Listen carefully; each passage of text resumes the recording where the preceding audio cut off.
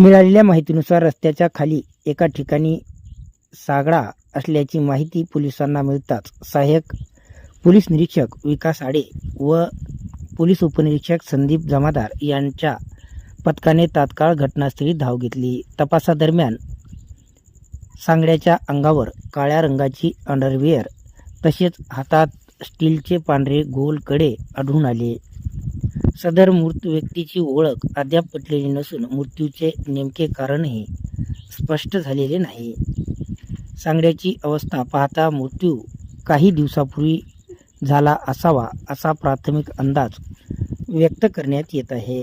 या प्रकरणी पेडगाववाडी येथील पोलीस पाटील प्रवीण पवार यांच्या माहितीवरून बासंबा पोलीस ठाण्यात नोंद करण्यात आली असून सदरील घटनेचा पुढील तपास पोलीस उपनिरीक्षक संदीप जमादार हे करत असल्याची माहिती सायंकाळी 7 वाजता प्राप्त झाली आहे.